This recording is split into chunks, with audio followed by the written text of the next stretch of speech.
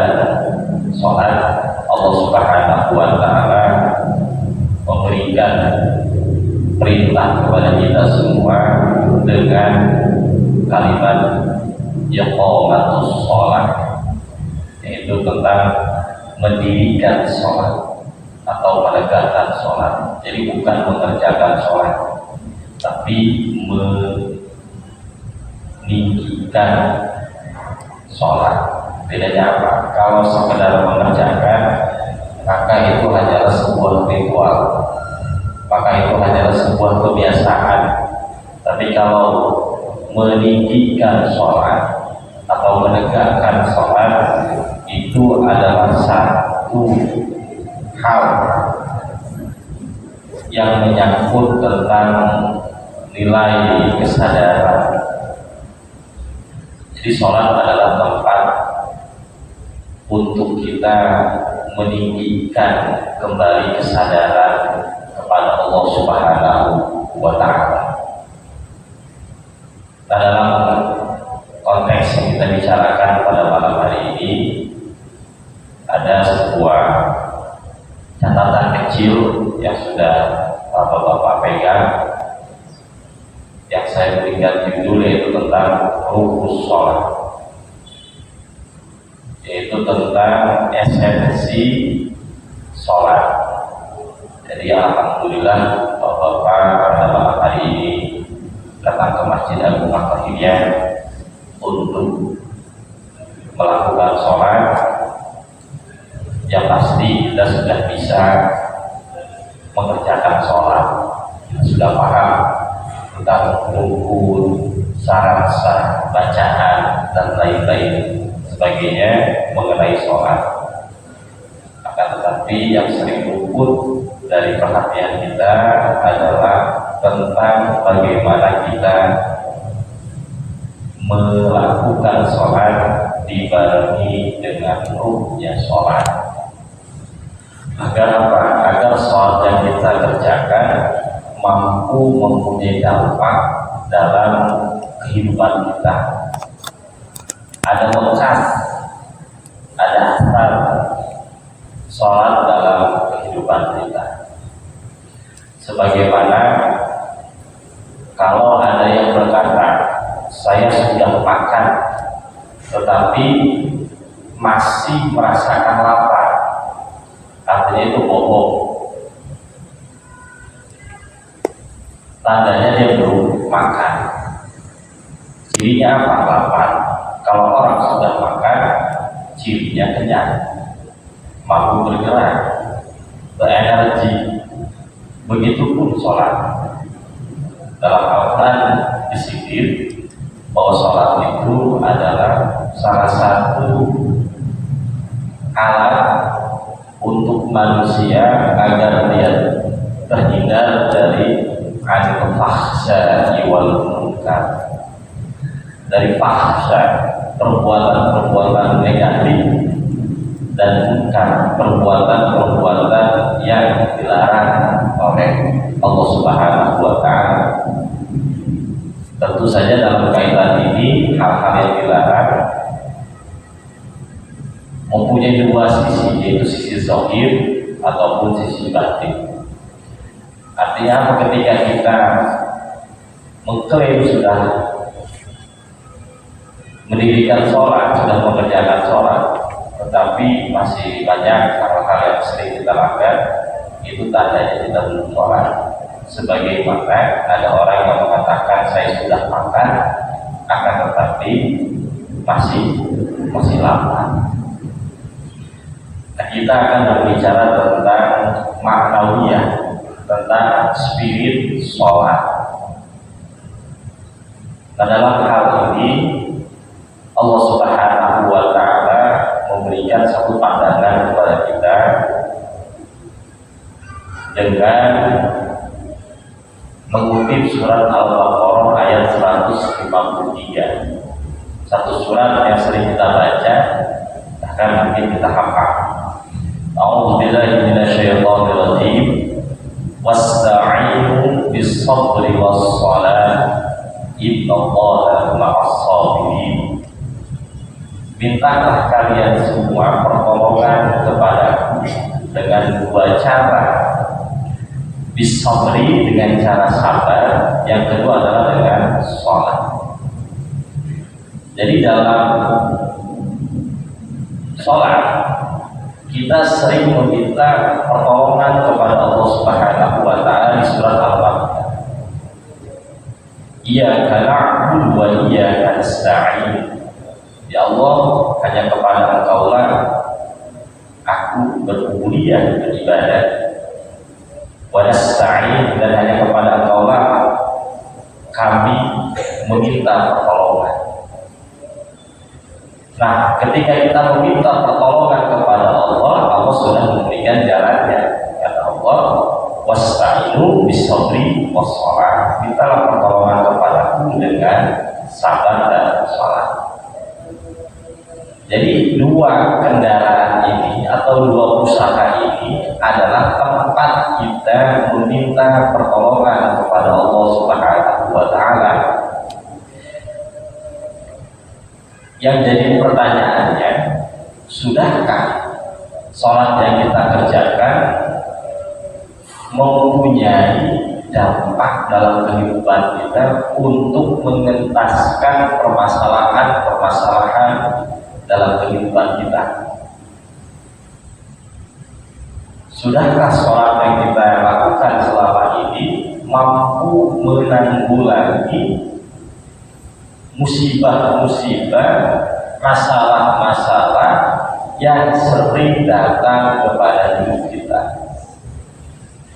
Kalau jawabannya belum, yang jadi permasalahan bukan sholatnya. Yang jadi permasalahan adalah diri kita ketika kita sholat. Yang jadi permasalahan adalah tidak adanya hubungan yang kita bangun dengan Allah melalui sholat kita. Sholat yang kita kerjakan barangkali baru sebatas fisik, baru sebatas jasadiah saja. Qalbu kita belum sholat. Kalau qalbu kita sudah sholat, sudah pasti akan menjadi sumber pertolongan kita. Itu cara-cara mengecek sholat kita selama ini sudah betul atau tidak. Sebagaimana ini sudah pernah banyak dipraktekkan oleh para sahabat Rasulullah SAW,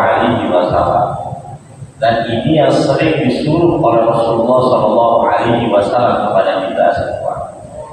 Ketika kita mempunyai hajat, kata Rasulullah, ada yang namanya sholat hajat.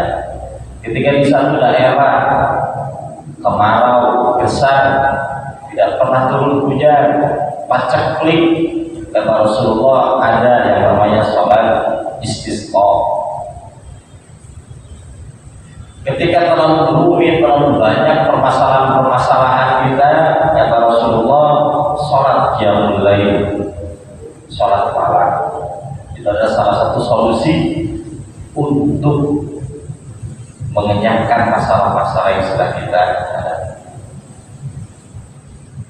Ketika kita mempunyai banyak pilihan dalam hidup kita, kita bingung dalam kehidupan ini, kata Rasulullah, ada yang namanya sholat istikharah. Jadi Rasulullah SAW sudah memberikan resep dalam kehidupan kita. Yang jadi pertanyaan, resep dari Rasulullah ini sudahkah kita praktekkan? Kalaupun sudah kita praktekkan, apakah lanjut? Kalau tidak lanjut, bukan sholatnya yang salah. Yang salah adalah diri kita ketika kita melakukan sholat. Nah, di dalam surat Al-Baqarah ayat 45, Allah Subhanahu wa Ta'ala juga menyindir kepada kita semua.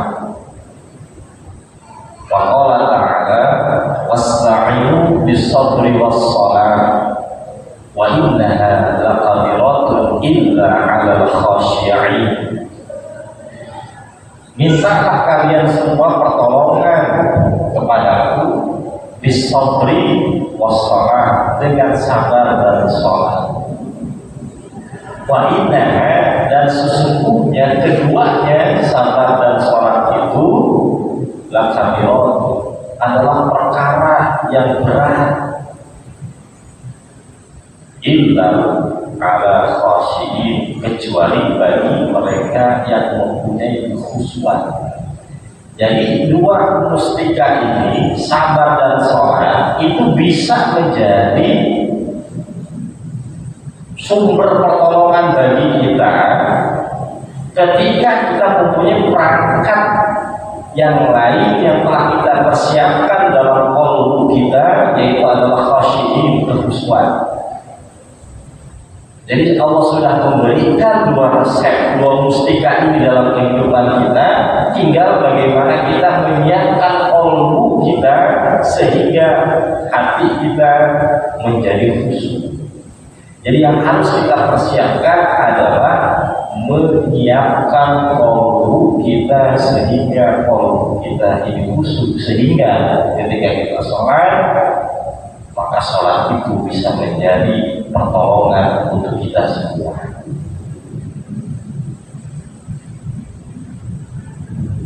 Anna sholati arkanan wa wajibatan wa sunnatan. Sesungguhnya sholat itu mempunyai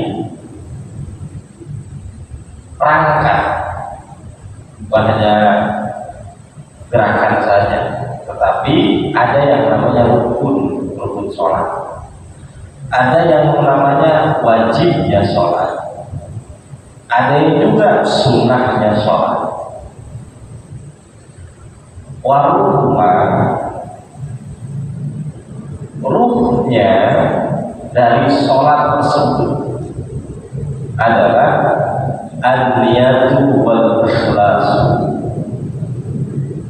Ruh dari sholat adalah niat dan ikhlas, sebagaimana yang pernah diucapkan oleh Al-Imam Ibnu Athaillah As-Sakandari dalam kitab Al-Hikam.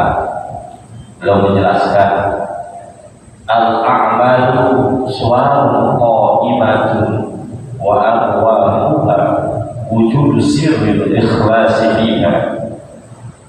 Amal-amal tak ubahnya seperti patung, tidak mampu bergerak, tidak mampu menjadikan spesial.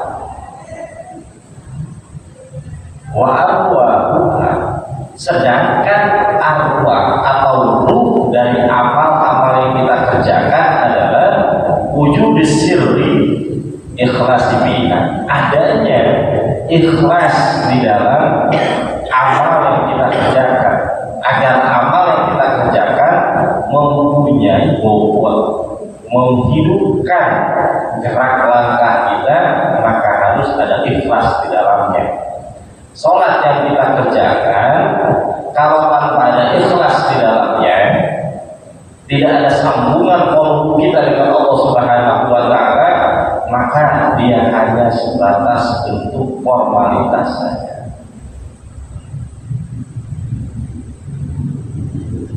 Sholat kita tidak sampai kepada Allah,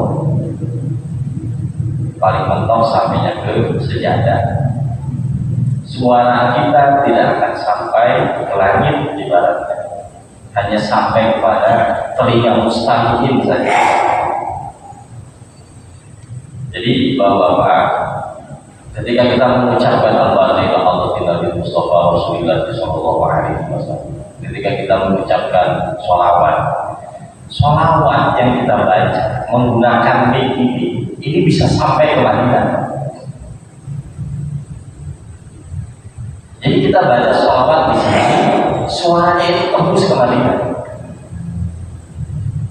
Kata Rasulullah Sallallahu Alaihi Wasallam, ketika kalian membaca sholawat kepadaku, maka akan ada satu malaikat yang Allah utus untuk menyatakan amal sholawat kalian dan akan dibawa kepada Rasulullah Shallallahu Alaihi Wasallam.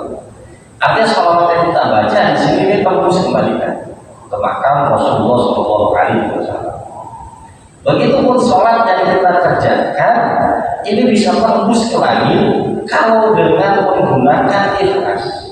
Kalau tidak ada ikhlas di dalamnya, maka sholat kita mentok sampai tempat sujud saja. Karena ruhnya sholat adalah ikhlas dan niat.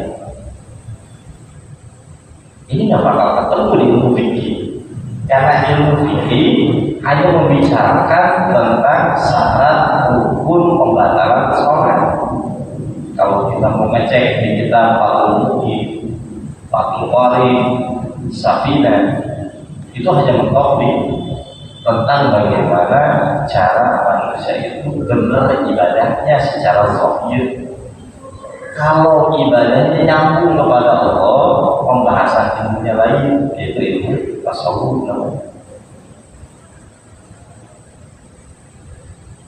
Wal khusyuk,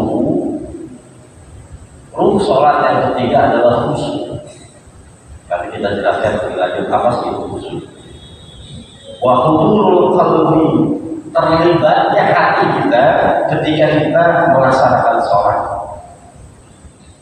Jadi hati adalah satu perangkat yang harus kita libatkan juga ketika kita sholat. Nah, selama ini hati kita ikut terlibat sholat atau tidak?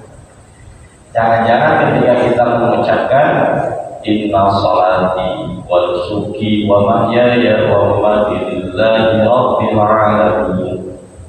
Sesungguhnya sholatku, hidupku, matiku lillahi rabbil alamin, seluruhnya untuk Allah pencipta alam semesta. Itu yang kita ucapkan. Yang kita pikirkan lain hal. Jadi lain di mulut, lain di hati. Yang kita ucapkan Allah, yang ada dalam kolbu kita bukan Allah. Jadi pendusta. Jadi lain di mulut, lain di hati. Jadi yang kita ucapkan Inna sholati wa nusuki wa mahyaya wa mamati lillahi rabbil alamin. Tapi ketika kita sholat, yang kita pikirkan istri kita, yang kita pikirkan hutang, yang kita pikirkan anak, yang kita pikirkan permasalahan hidup kita yang penuh dengan problematika. Allahnya nggak ada sama sekali.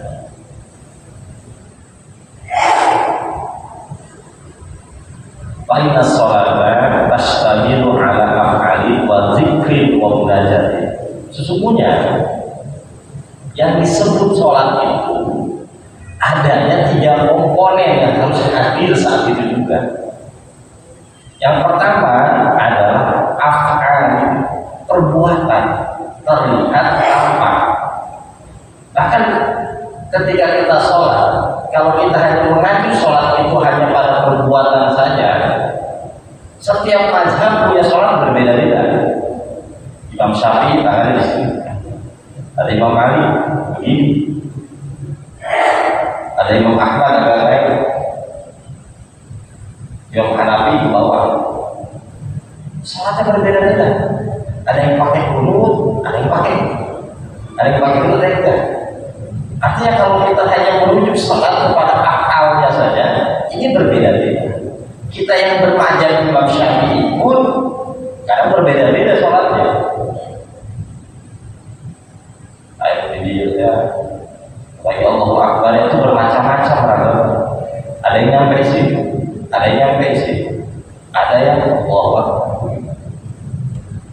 Kalau kita hanya merujuk sholat kepada akal, itu berbeda-beda.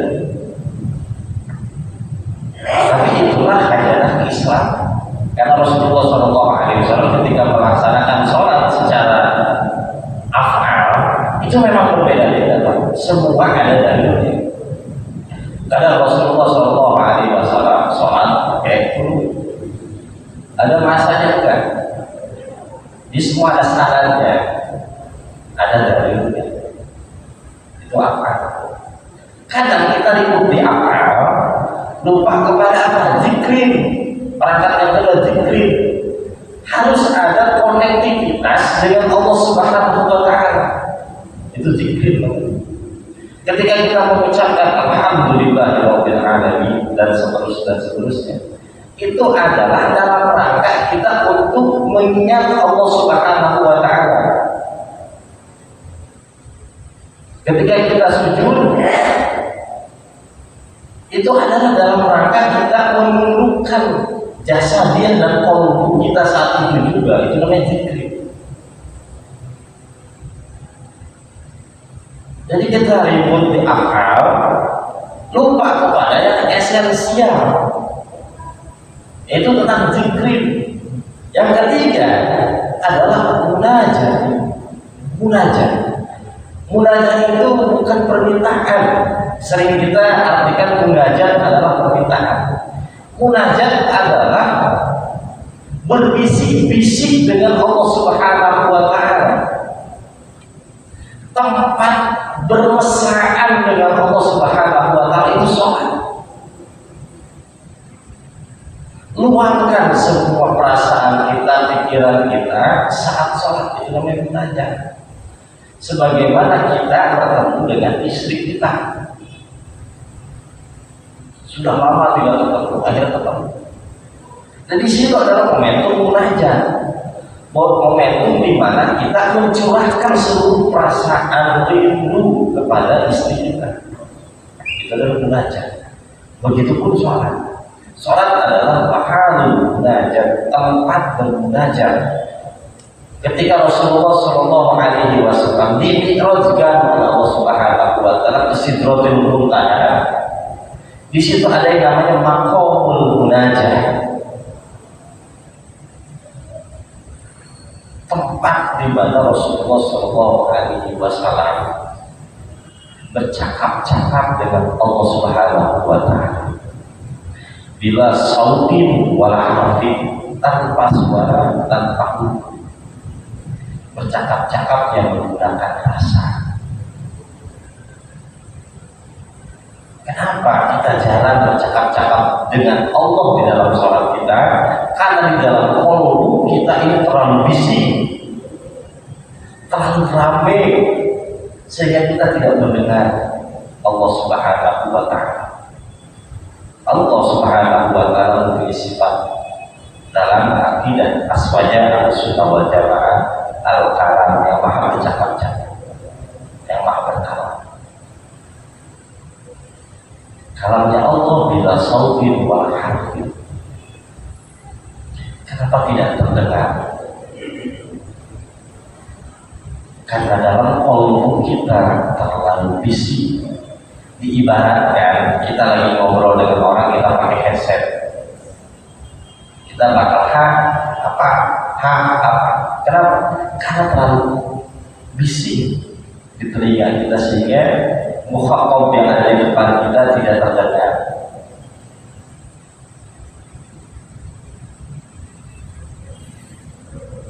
Padahal sholat adalah mahalul munajat, tempat kita bercengkrama dengan Allah Subhanahu wa Ta'ala. Jadi diibaratkan ketika Rasulullah SAW dimi'rajkan, saat itu Rasulullah SAW bertemu dengan Allah, mendapatkan keindahan yang tidak pernah didapatkan oleh Rasulullah SAW. Lalu Rasulullah nengok, ya Allah, yang ingin bertemu, yang ingin berbincang dengan Engkau bukan hanya aku saja ya Allah, umatku juga ingin bertemu, ingin berbincang dengan Engkau ya Allah. Maka Allah Subhanahu wa Ta'ala memberikan satu perangkat agar kita sebagai umat Rasulullah SAW bisa bermunajat dengan Allah Subhanahu wa Ta'ala. Perangkatnya apa? Yaitu sholat 5 waktu. Jadi 5 waktu adalah tempat di mana kita berkomunikasi, berkonsultasi dengan Sang Pencipta kehidupan, yaitu Allah Subhanahu wa Ta'ala. seperangkatnya saat Isra dan Mi'raj itu, agar kita pun bisa bermunajat kepada Allah Subhanahu wa Ta'ala. Ini kadang sering kita sia-sia. Buktinya apa? Setelah beres sholat, kita banyak doanya. Karena tidak sempat kita berdoa, tidak sempat kita berkomunikasi dengan Allah Subhanahu wa Ta'ala di sholat kita. Jadi beres sholat lalu kita bermunajat. Padahal yang paling afdol itu saat kita di sholat, kita meminta kepada Allah, berkomunikasi, ngobrol. Iya kata Allah, wa iya nasta'in. Apa permintaan? Apa keinginan engkau wahai Allah? Di situ kalau kita sedang rame-rame, sehingga tidak mendengar penawaran dari Allah Subhanahu wa Ta'ala.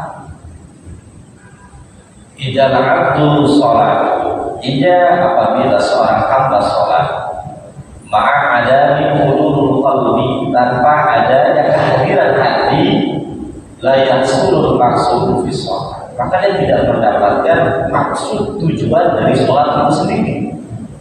Ketika kita sholat, hati kita tidak online kepada Allah, maka kita tidak akan mendapatkan tujuan dari sholat itu lagi. Padahal wassalatu silatun qawiyatun bainal abdi wa bainal rabbi. Padahal sholat itu adalah penghubung paling kuat antara seorang hamba kepada Tuhannya, kepada Allah Subhanahu wa Ta'ala. Wa manzilatun min manazilir ruhaniyatil yaumiyah. Dan itu, sholat itu adalah tempat, posisi agar kita mendapatkan kesegaran ruhaniah di setiap hari. Alladzi fiha yughadhi abdu bunyatan. Seorang hamba mengambil bekal ruhaniahnya untuk menghadapi kehidupan.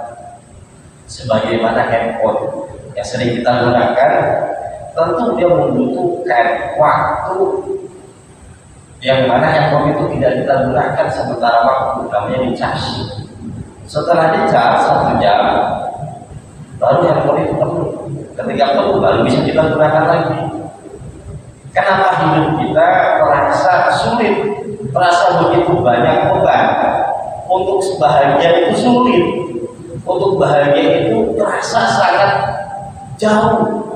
Nunggu bahagia aja nanti. Kenapa? Karena selama ini ruhaniah kita jarang dicas. Sehingga ketika kita menghadapi kehidupan yang gelap ini, kita gelagapan, bingung.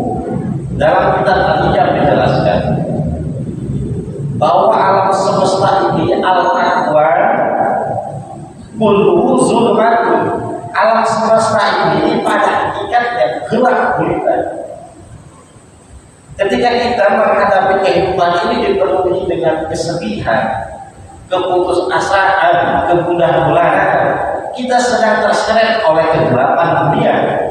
Allah Subhanahu wa Ta'ala memberikan alternatif untuk bagaimana kita mencahayai dunia dengan sholat. Kita sedang mengecas Tuhannya. Kalau jasad dicasnya lewat makanan, lewat tidur, maka ruhaniah kita yang mengendalikan jasad ini dicasnya melalui sholat, melalui zikir kepada Allah Subhanahu wa Ta'ala. Sholat pas sholat, kehidupan itu milik wajib. Yang salah bukan sholatnya, yang salah adalah diri kita ketika kita sholat. Ada berbagai macam fenomena sekarang berkembang di masyarakat tentang banyaknya anak-anak muda yang banyak bermigrasi. Mereka tetap bertuhan tapi tidak beragama, disebut dengan agnostik. Ini bukan perkara yang kecil, ini banyak terjadi di sekitar kita. KTP Islam, tapi tidak percaya dengan agamanya sendiri. Kenapa? Karena mereka soleh secara ritual, tapi ruhaninya atau spiritual itu kering. Sehingga sholat, ibadah, masjid itu hanya menjadi sebuah wisata religiusitas, bukan wisata spiritual. Insya Allah kita akan lanjutkan kembali pengajian kita satu minggu yang akan datang dengan melanjutkan materi yang ini. Wallahu a'lam bishawab. Assalamualaikum warahmatullahi wabarakatuh.